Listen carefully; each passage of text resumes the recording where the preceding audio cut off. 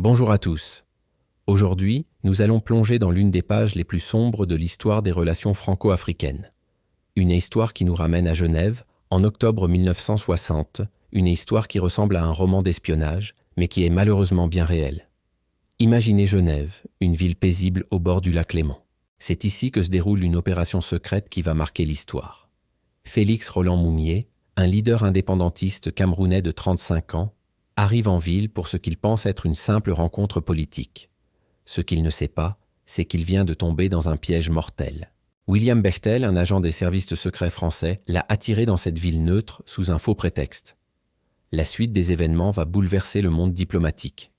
Dans un restaurant genevois, les deux hommes se retrouvent. L'ambiance est détendue, du moins en apparence. Bechtel commande du vin. Un geste anodin, mais qui cache un acte terrible. Le verre destiné à Moumié contient du thallium, un poison mortel particulièrement sournois car il est incolore et sans goût. Les jours qui suivent sont dramatiques. Moumié commence à ressentir les premiers symptômes. Son état se dégrade rapidement. Transporté d'urgence à l'hôpital, il comprend qu'il a été empoisonné.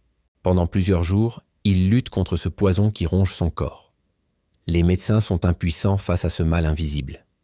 Le 3 novembre 1960, Félix Roland Moumié rend son dernier souffle. Le rapport médical est sans appel. Empoisonnement criminel au thallium. Cette révélation fait l'effet d'une bombe. La France, une démocratie occidentale, vient d'être prise la main dans le sac. L'élimination d'un leader politique africain sur le sol d'un pays neutre. Cette affaire révèle la face cachée de la décolonisation. Elle montre comment certains États étaient prêts à tout pour maintenir leur influence en Afrique, même aux dépens des principes démocratiques qu'ils prétendaient défendre.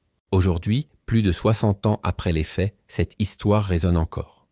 Elle nous rappelle l'importance de la transparence dans les relations internationales et la nécessité de reconnaître les erreurs du passé pour construire un avenir meilleur.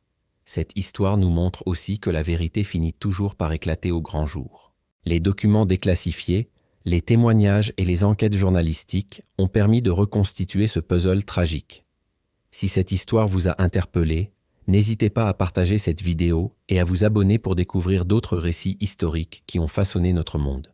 Merci de votre attention et à bientôt pour de nouvelles découvertes historiques.